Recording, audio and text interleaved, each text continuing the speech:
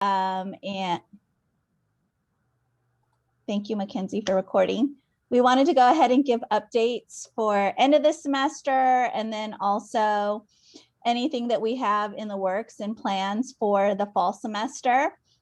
So since we have such a small group, I think we should go ahead and start with introductions because we do have someone new from our WorkNet office joining us, and I know that our instructors have not met her yet. So if I can go ahead and start with Tim. Tim Donovan, I teach in the mechanized ag, been at Merced College for 6 years. And Brigu? Yeah, I teach computer science and networking. I've been at Merced College for 2 years. Mike? I'm Michael Weepers. I teach automotive technology. I've been here 6 years. And then Jillian is familiar, I believe, with Mackenzie and I, but I don't think she's met Ethan or Araceli. So Ethan, can you go ahead and introduce yourself? Yeah, good morning. Hi, sorry, I forgot we were going to be recorded. I should have put on a nicer shirt. Anyway, hi, my name is Ethan Ravensdale. I am the outreach person, so I work in our outreach office doing recruitment and also supporting our students once they're in the programs. I've worked at Merced College for 14 years now. Yeah, it's been a long time. Not as a full-time person, but I've been here for a long time in many roles. Anyway, nice to meet you. And then Araceli?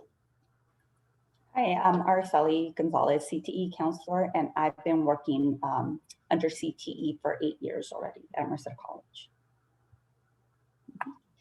And then Jillian, go ahead and introduce yourself. My name is Jillian Nord. I am the new communications specialist here at Equus WorkNet. I've been here since March 1st, so 2 months. And I am really excited. Thank you. It's nice to meet you. And I'm excited to work with you guys. It's gonna be great. Thank you. And I'll let David connect to audio and then I'll ask David, hi, how are you? Hi, good, how are you? Good. Can you go ahead and introduce yourself? Yes, my name is David Melendres. I'm a new business services consultant here with WorkNet Merced, and look forward to working with you guys. I think I've met a few of you, or at least a couple of you at our job fairs. Yes. So David, just so you know, we have 3 of our instructors on with us this morning. We have Tim Donovan, who is our Mech Ag instructor, Mike Weepers, who is our automotive instructor, one of them, and then we have Brigu, who is gonna be working with our computer networking, and then we also have a new pathway called, I hope I'm getting this, Computer Technology Information Systems. Is that right, Brigu? Perfect, okay. Good. So you guys know that I help to coordinate the work of our CTE student support team, and I am going to start with them to kick off on updates of what we've been doing this academic year during COVID, some of our challenges, and then also what we're looking to work on for next year as we transition to more face-to-face. And so I'm going to go ahead and kick it off with Ethan. Me, okay. All right, sure. Let me see. I got my little list here. So again, yeah, David, my name is Ethan. I do the recruitment and the student support here once our students get in. So I help them with everything from application through all the enrollment process. And then once they get in, also with any barriers or anything that they have. And I saw you at the job fair, so I'm out there, you know, boots on the ground too. So my voice is still messed up from that event too. But no. Yeah, I know. I was doing a lot of talking. Oh, here comes Andrew. Do you want me to wait? No. Go ahead, Ethan. Okay. So I'm going to just talk about kind of what's going on in the presentations land, you know, the events I'm doing, a little bit about our plans for now that we've had capacity increases, how we're going to fill those seats, and then just kind of how to reach me and what I'm going to look like going into fall, which is still kind of a question mark. So right now, just so you guys know, so I do aim to do at least 2 presentations a week. That's my goal. And that's pretty much what I've been doing. I do a lot of presentations with MCOE. That's kind of like the bread and butter. They have a lot of programs out there like Empower, TCALs, and there's other programs I do too. I work with Greg Friedman a lot. And so we actually, over the summer and in spring, it took a while, recorded an individual presentation, which, you know, like Mike knows, we did an hour-long kind of showcase on each program. So we have videos on the web that has detailed information about all of our programs. And also I'll be working to make some shorter videos and things like that, because Greg keeps me busy with his ideas. But we do have those online. I use them to refer people when they ask, you know, and like right now we couldn't go out to do any presentations over the, you know, summer and everything. So I'm sorry, the spring. So I have been sending them videos and flyers and everything, the brochures. I'm still working on those so that we can promote properly the programs. Next up is automotive. So I'll be in touch with you guys. Let's see. I also go out, and I have been going out to like the continuation schools. So Yosemite and Independence, Turlock Adult School, Pioneer Technical. That's a new one we picked up in Madera. I believe that's in Madera. And then Argus and Endeavor, we even go out into that area like in Ceres and Modesto, because sometimes they don't have programs at like MJC that we do have here. So I reach out to them, and we have interest even way out there. I started this particular job right when coronavirus came around. And so I did not have time to develop relationships with high schools, and it was very hard to get in touch with them and to kind of build anything, but that's starting to pick up. So we're ramping up now, and I'm working with Lily Polito over at Merced Union. And so I've done presentations for their mech ag and their welding programs, and got in front of all their periods that they have. So it was like an all-day extravaganza. And next up is going to be nutrition. I am working with, right now, Daphne Bettis over at Buhat Colony. I'm going to be getting in front of her culinary students to help fill our nutrition program, which had a little glitch. So nobody got enrolled, unfortunately. So I'm working like boots on the ground to get that program filled. And I'm also going out to the west side to Valley and Los Banos. I'm working with them to get in front of their students as well for the same thing. So they're starting to like, we're starting to develop these relationships finally. So and I can go in person and all that now. So I'm working with them to make that happen. I mean, school's wrapping up, so you know, it is what it is. It's kind of a bad time, but I also go to, we have extreme registration. We just had one on the 5th. That's where, in case you don't know, all of our students or people who want to come back, they can get through all their enrollment steps in one day and meet a counselor and get registered. So we just had one of those events, and I'm always plugging CTE there. So I picked up about I think maybe 2 or 3 people from that event as well. So that's kind of how presentations are working, and it is ramping up because we're allowed to go out now and go in person. So like we're at the job fair on Wednesday. We have another job fair next Wednesday, job and resource fair down at Merced Scholars. And then I have many presentations scheduled over the next few weeks. I have one almost every day. So we are out there, you know, trying to get these filled up, because now we know, because of the capacities, like I think automotive has some space and industrial electrical has some space. So we really, really need to go out there and reach out. So there's a couple of things we're doing. So I do work with the Office of Relations with Schools, and that is the outreach department. So there are 6 of us, including me, but I just specialize in CTE. So they go out and actually recruit with the high schools, and they work through like the general population who want like other majors, not CTE. But they oftentimes come in contact with people who are CTE, and they refer them to me. So I am working closely with them, and I just got actually 2 more this morning. I got one for welding, and I got one for nutrition as well that they referred out. So I let them know, like, hey, the capacities are increased. So they are out there looking and referring, because before it was kind of like, oh, it's full, you know. So they are out there, boots on the ground, same thing. Still recruiting even up until the end of school, because they are allowing them to go on campus now.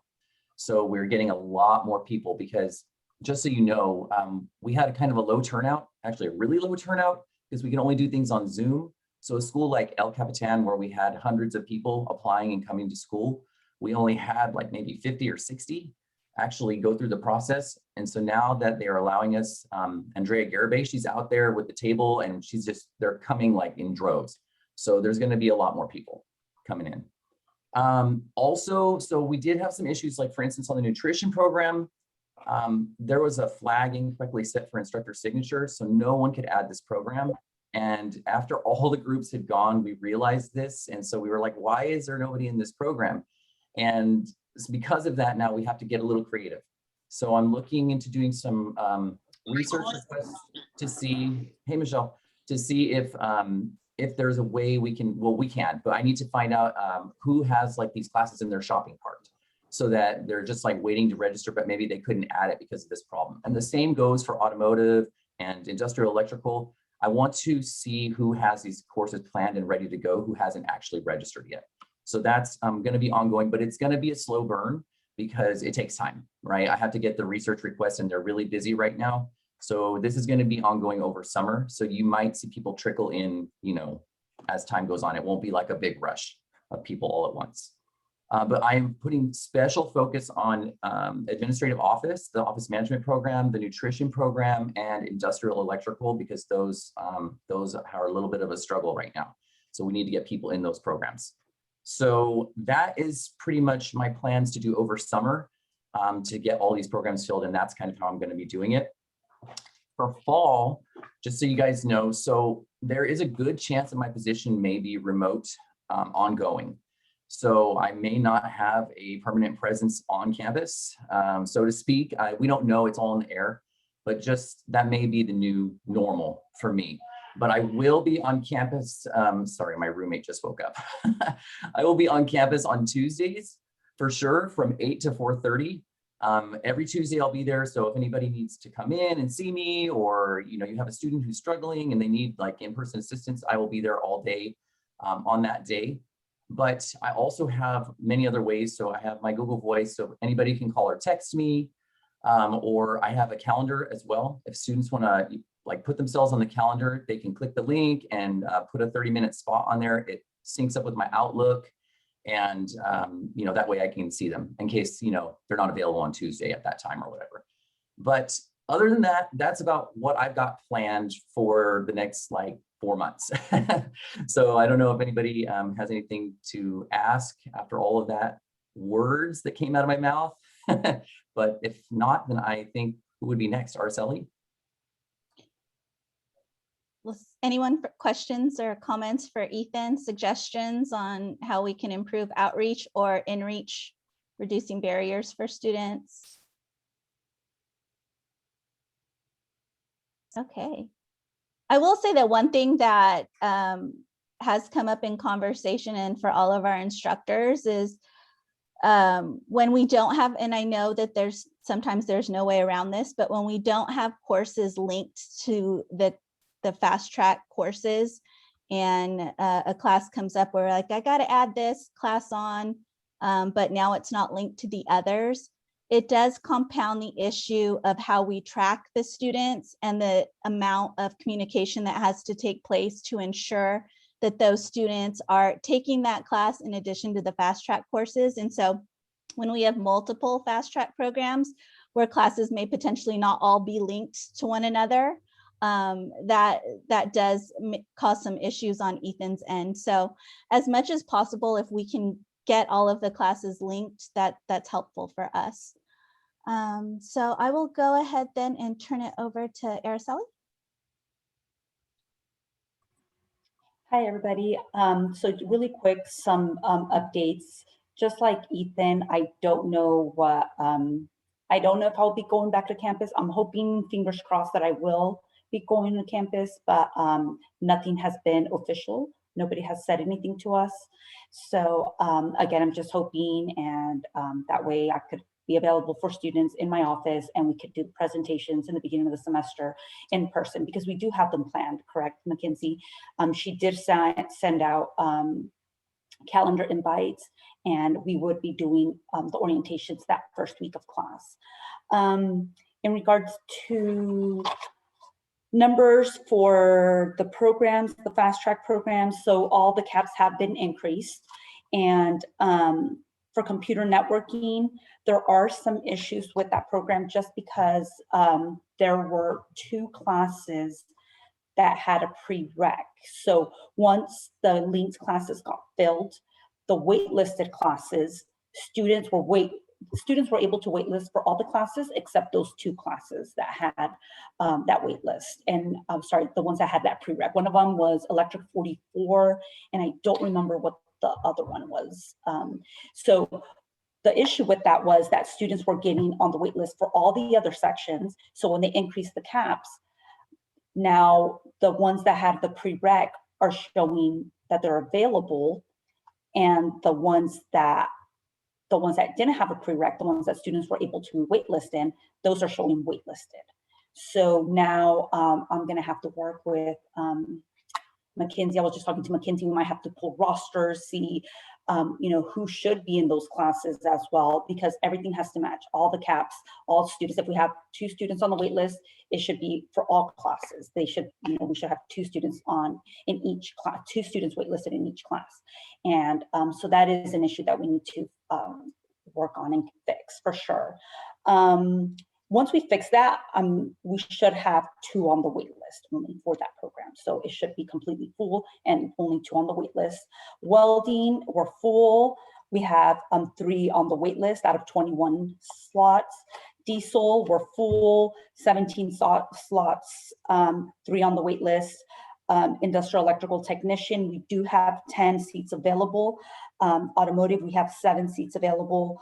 AOM, we have 25. And nutrition, we have 9 seats available. So we are continuing adding students to the program. I know every day there's, I have students interested in those programs. So I know we shouldn't have an issue filling up those programs during the summer. I will be working during the summer, so I'll be available like I am every summer.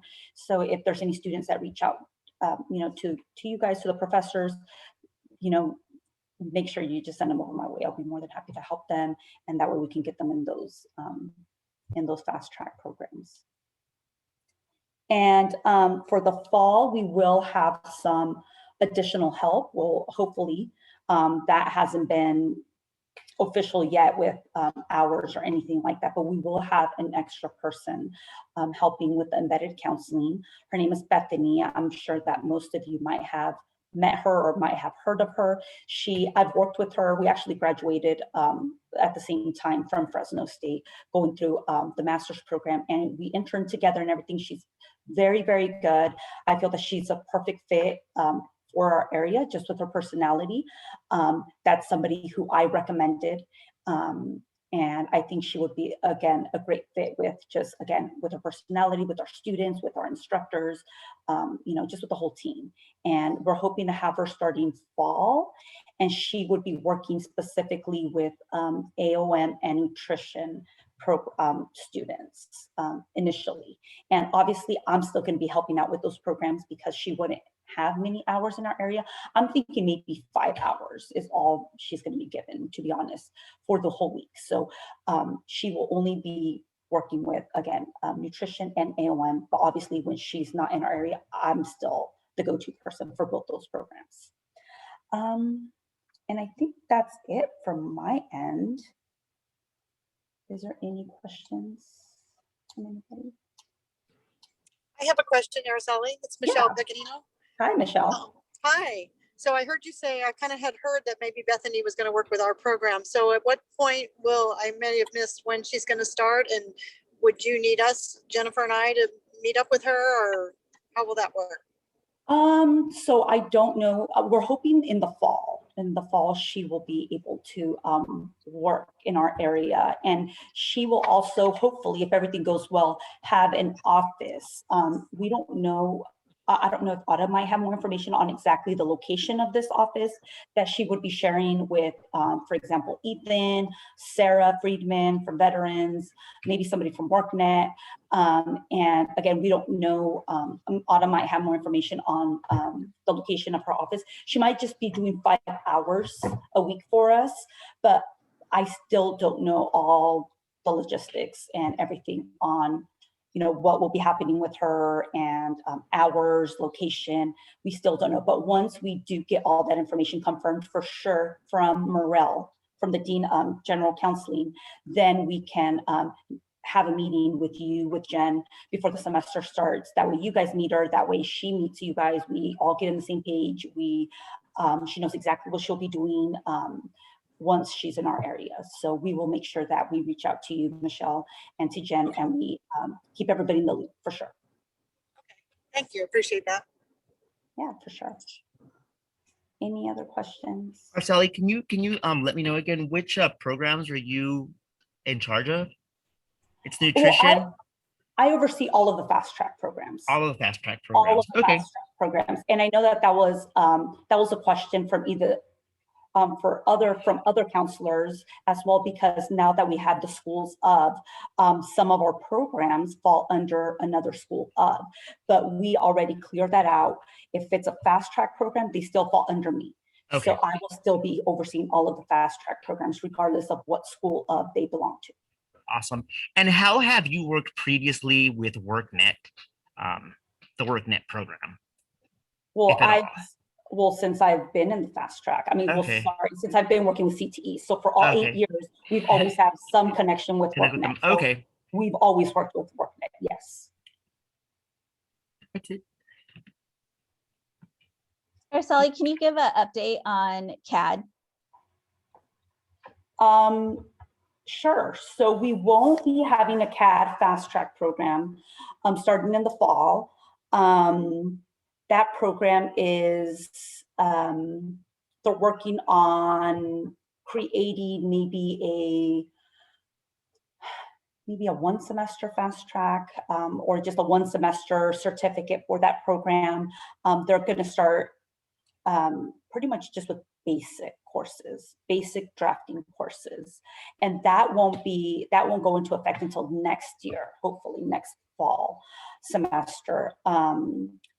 We don't have an instructor for that program anymore. So we will only be offering, I want to say drafting 44, which is part of the welding program.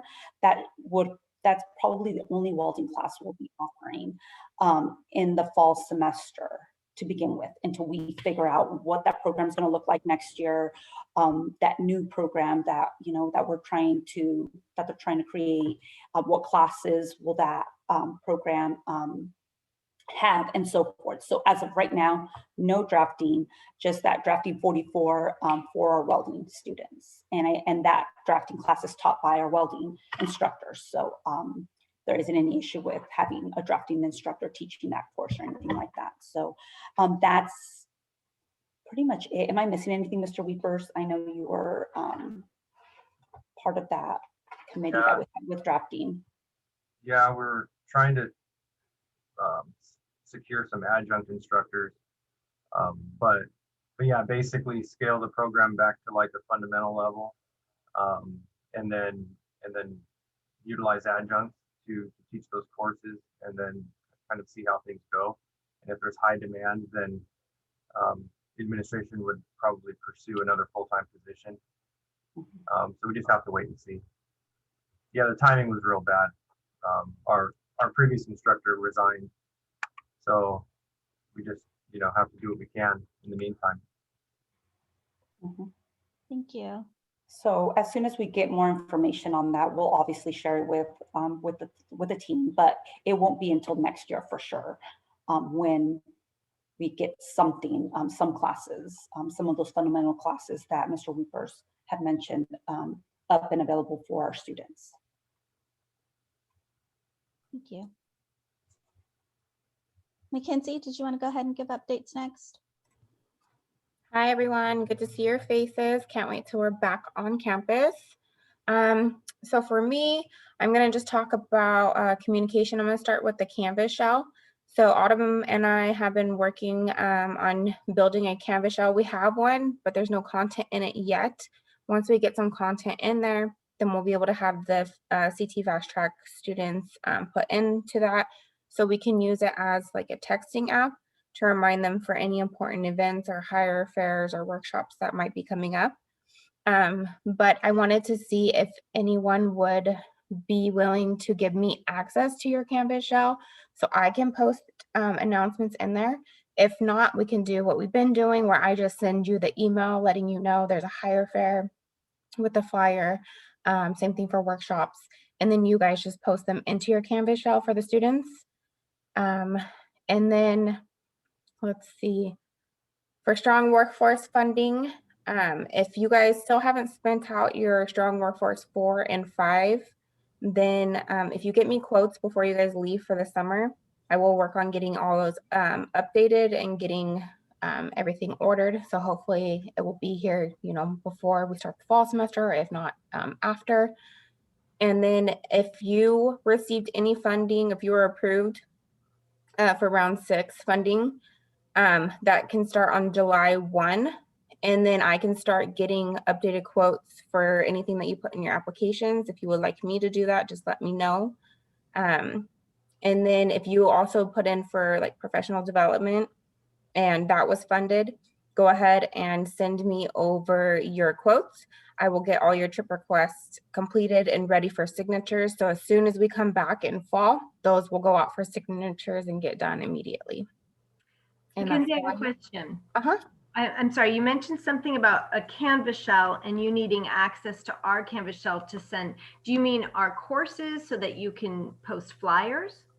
Well, just, yeah, so like in your course, if you want to give me access, and then I would just go in there and post the flyers for events and things like that. So that way you guys don't. what would you think about instead? Because I don't think by FERPA we can allow that. I don't think we can. But also that's kind of hard to get into everybody's shell. You're going to get announcements. You're going to get everything from it. So what if in your Canvas shell, you shared the document with us within Canvas and it would go straight to our shared file and then we could put it right into it? We can do that too. I can talk with Autumn and see what we can do.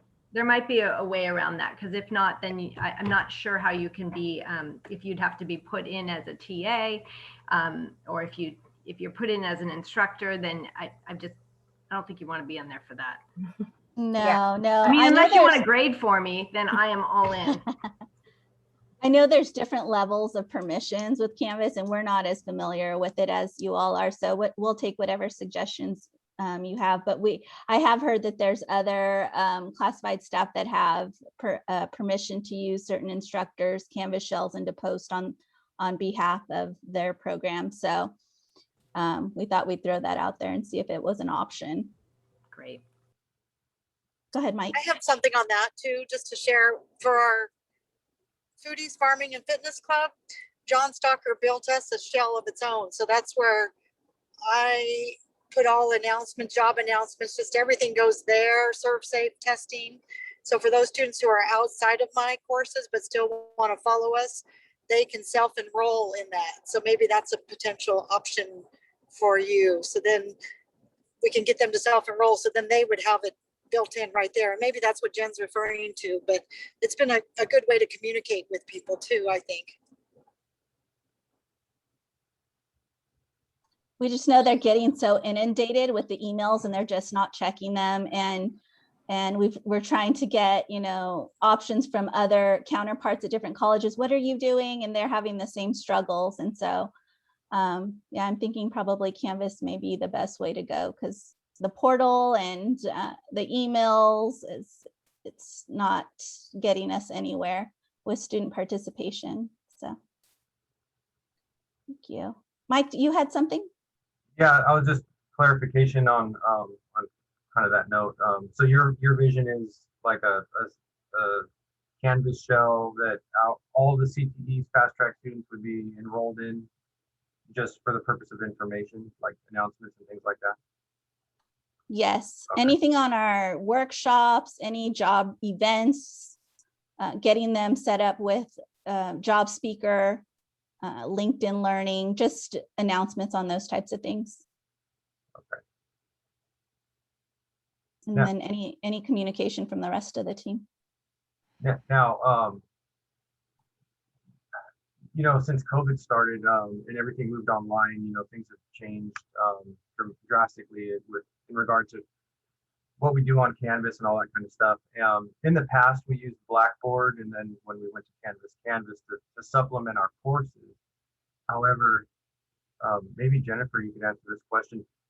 Going back to normal to a truly face-to-face class, is there a chance that we would lose that ability to supplement our courses with Canvas for an instructor that's not DE certified? Because if that's the case, then Canvas is kind of taken off the table for instructors that are not DE certified because they're teaching face-to-face classes. Well, then that tool would be useless. Let me see if I understood your question. Do you mean if you have a instructor that's not certified, but they're going to be teaching face-to-face, but they would like to utilize the LMS Canvas as part of their teaching? Correct.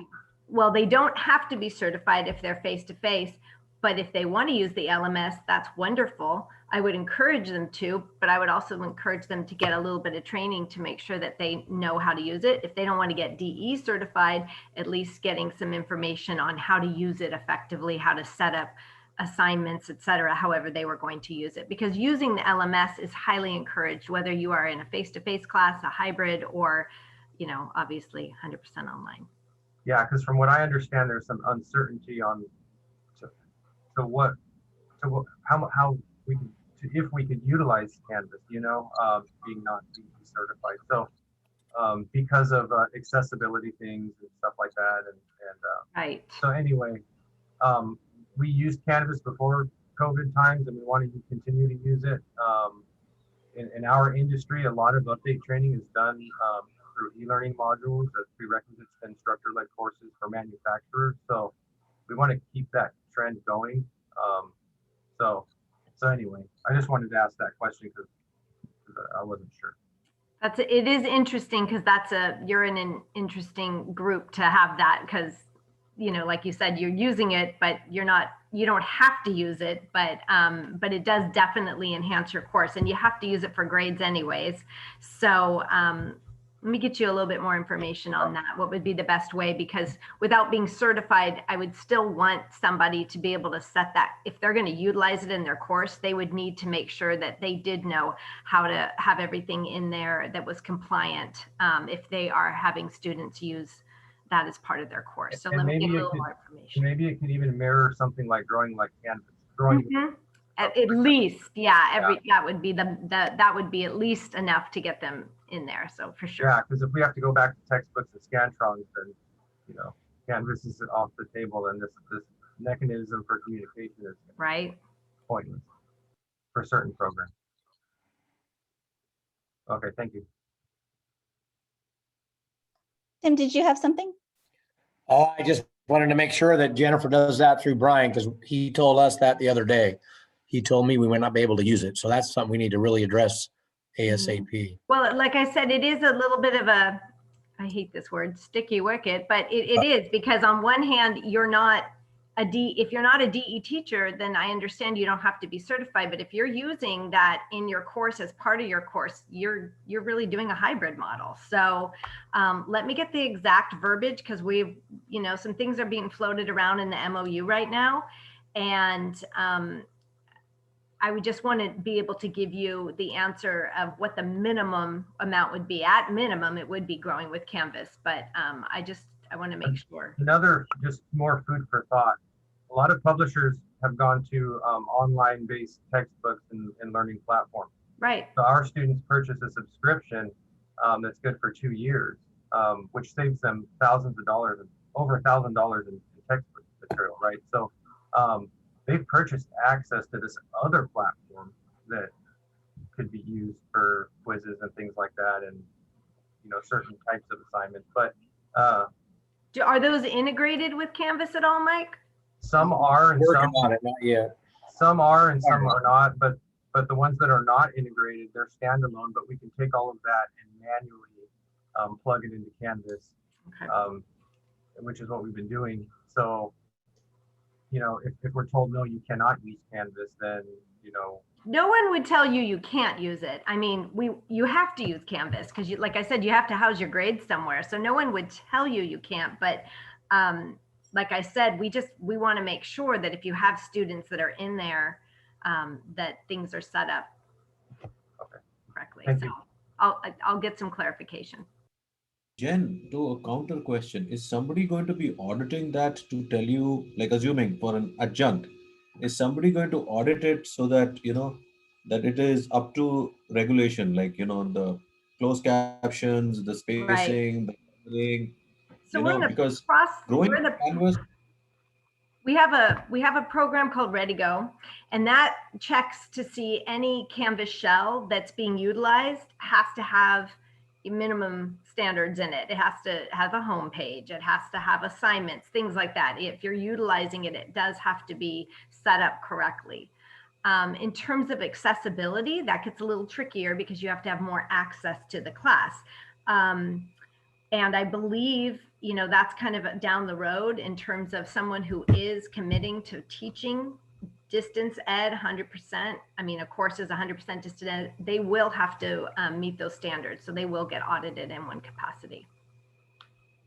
Well, we also have the faculty evaluation process, which we've never checked that before, though. We've never checked online classes in an evaluation. This is the first semester we've done it, and it's only because of the pandemic, and we were really not allowed to use the OEI as the evaluation. We weren't really allowed to use it to give a full evaluation. We looked at content, we looked at pedagogy, but we could not mark them down if they didn't meet the standards of the OEI. No, but isn't that become a union thing at that point? Because it needs to be negotiated, correct? Yeah, that's what they're going through with the MOU right now. I think once that's established, then they're going to move forward to figure out how that's going to be evaluated. Yeah, well, and even moving forward, you know, the evaluators get a big, you know, even if it's face-to-face class that's using Canvas to supplement material, as a part of that process, you know, if there's any red flags, it can be brought to the attention of the instructor for, you know, continuing development, you know, and absolutely stuff like that. So, yeah, it's not a you're doing it wrong, we don't want you, you know, you're wrong, you're in trouble. It's really, we're trying to help so that the students are going to succeed in it. And when they have access to things in Canvas, that it's set up correctly so that we don't have accessibility issues, because that we could get in big trouble with. Good points. Thank you. Mackenzie, did we cut you off? Did you have anything else you wanted to cover? No, that was all good stuff. Yeah. You're good. Okay. So I will go ahead and just give you a few updates on what we're doing with the job piece of it, internship piece of it. So I think when I first started working with the job internship piece of it, we had WorkNet as a partner, and we would refer students out. This next semester, actually starting July 1, we have a MOU in place with WorkNet to have one of their case managers, which they refer to as talent development specialists, on our campus on Mondays. And so the team has kind of spoken to that they'll each have office hours in our central location. So I'm looking at either the vocational building or industrial technology building. I've talked to Brian about it and he's on board, but he just hasn't nailed down a location yet. But obviously they'll be central to where all of our classes and students are. And so we're looking at having WorkNet in that office on Mondays, Ethan there on Tuesdays, Bethany, the embedded counselor, there hopefully on Wednesdays. Sarah, who is our veterans in-reach outreach person, will have office hours on Thursdays, and then Fridays will be open. And so we're really trying to make sure that each of us are accessible, and you know, Air Sally's always accessible to our students, so she'll be over there as well. Go ahead, Mike. Since you're on the topic of finding a location for this, you know, the IT break room is twice as big as it needs to be and has 2 doors. So if a wall was put in there, that would be a perfect location because it's right across from Maricelli's office. It's relatively centralized in the IT area. That might be a potential location that might be a good idea. Okay. Just as an idea. Yeah, thank you. I'll bring that up as an option. So really transitioning that internship and job placement piece of it off of my plate so that I can focus more on our Perkins and Strong Workforce grants and what we're doing there, which is great because WorkNet has that day-to-day goal of meeting with businesses and getting people employed and out in the workforce. So to have them on campus, I am super excited about that. Just know though that when you're referring students or employers over to me for points of contact, that my initial point of contact with them will always include a representative from WorkNet. And that will be usually David and Jillian will be on those initial emails. Last year, we had Erica and Jackie from WorkNet, and they both transitioned on to different positions outside of WorkNet. And so both David and Jillian are their replacements. Now, the TDS that will be on campus, she was working with us last semester. Her name is Addie, and Addie will be the point of contact for students on campus. We are going to work on scheduling appointments for students to meet with Addie to go through any eligibility process they need to go through. Hopefully prior to the fall semester, hopefully that initial contact will be made between Addie and the students who are registered for the classes before they're on campus during the fall. But if not, we're still going to have our orientation week where we meet with each of the fast track programs. We go over the different services and resources that each of us provides. And then Addie will be doing TABE assessments. That's one of the first things they have to do through the eligibility process for WorkNet is an assessment. And unfortunately, we can't get out of that. I've tried. That's something that is pertinent to their funding and that they have to do. So we'll be having that the first week and second week of school, I believe, on Fridays. So that's kind of where I am with that. WorkNet will also be tracking placements. If you guys have any feedback on anything that happens between the students and WorkNet, if there's issues that students come to you with, concerns, please let me know. And I will be the liaison between WorkNet and the college and making sure that those issues get taken care of. I will ask at this point if David or Jillian, is there anything you want to add or questions for our instructors while we have them as captive audience members? No, I was just going to that the person who will be on campus hours will be Abby, but you covered everything that I had prepared to say. so no, I think you covered about everything that I had to convey. Thank you, Adam. You're welcome. And David, did you have anything you wanted to add? Just that I look forward to working with you guys. And hopefully at some point I can get to meet you all in person, the instructors especially. Yes, so we are going to be doing our orientations in the fall in person. So we're going to have a big group with us because we're going to have both Addie, David, and Jillian there just to make that initial contact. And just so you guys understand the difference between what David and Jillian and what Addie does. Again, Addie works directly with the students and will be making sure they get through their eligibility steps. David and Jillian are the connection with the employers. They will set up different events for us. This last year, we did a lot of virtual events. We did virtual hire fairs together. We did virtual coffee with the employer, where employers and companies could just get information out to students about the different jobs that they hire for. The hire fairs now are starting to transition over to in-person. Ethan and I did one, was it this week? Gosh, it's gone by so fast. Yeah, it was this week. And then Ethan has one next week. There is a huge demand. I will tell you all, there is a huge demand to get jobs filled. There was, I think, 350 open positions at that hire fair. Ethan, what do you think was the estimate on actual attendance for that? I have no idea. You know what? I just know this, that we were busy and talking to a lot of people, and people were out there from all walks of life. McDonald's was there. Okay, McDonald's was there. I was really shocked to see McDonald's there, but I mean, yeah, it was a pretty good amount. What do you guys? I don't know. I can tell you, sorry to interrupt. I can tell you that we had, 60 people actually register.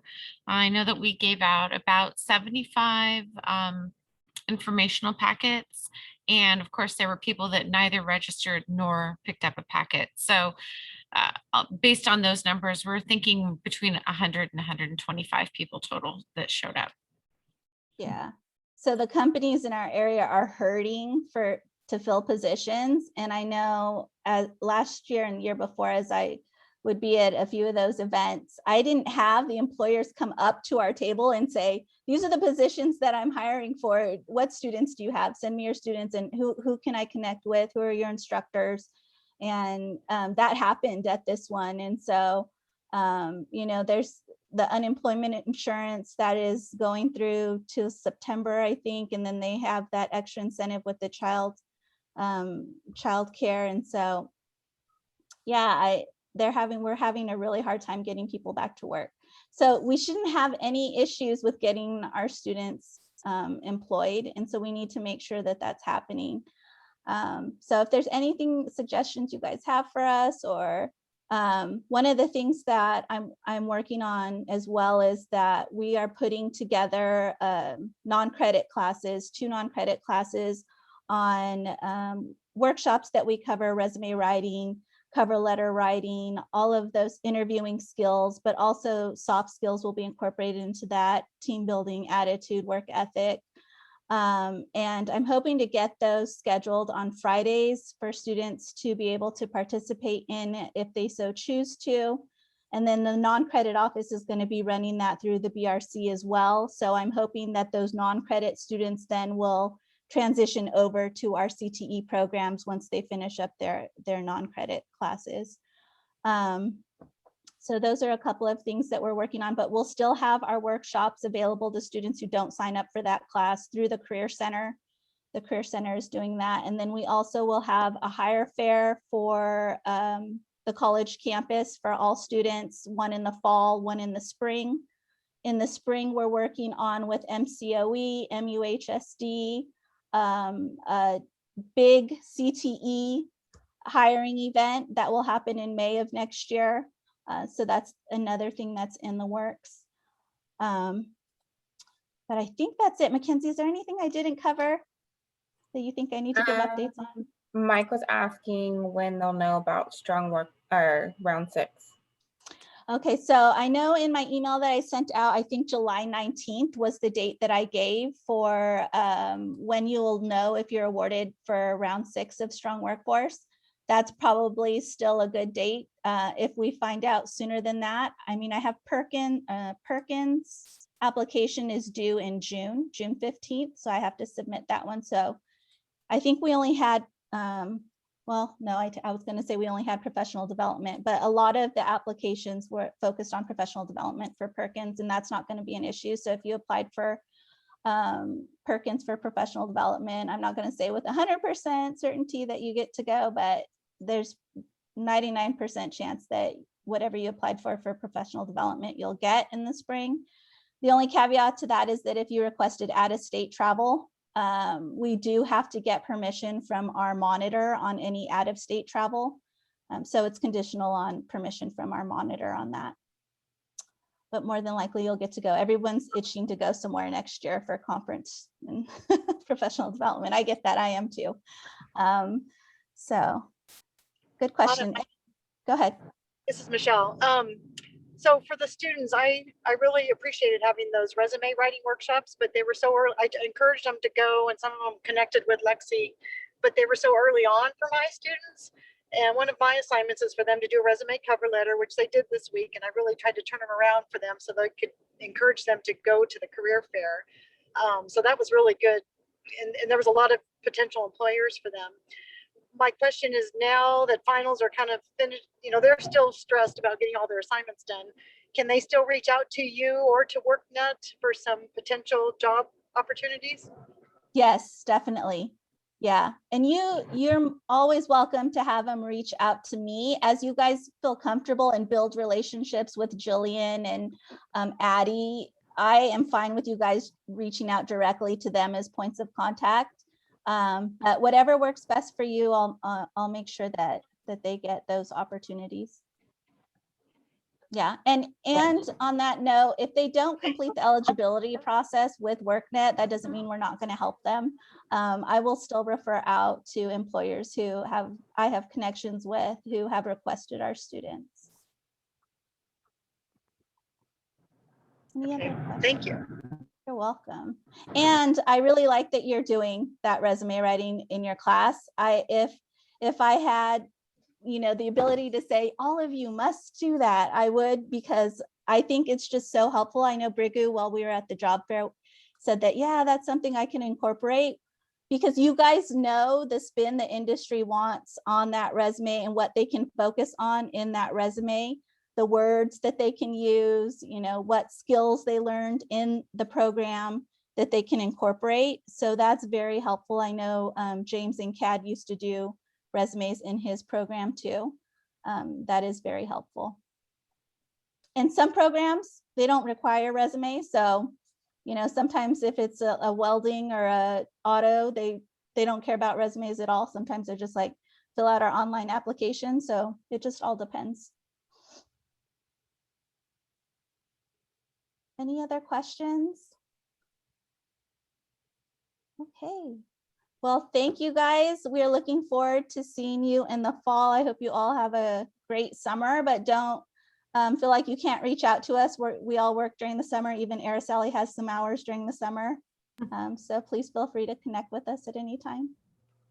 Thank you guys so much Thank for you. all that you do for our programs. We really appreciate it. Definitely. All right. Have a good Bye. weekend, everyone. Bye. Bye. Bye.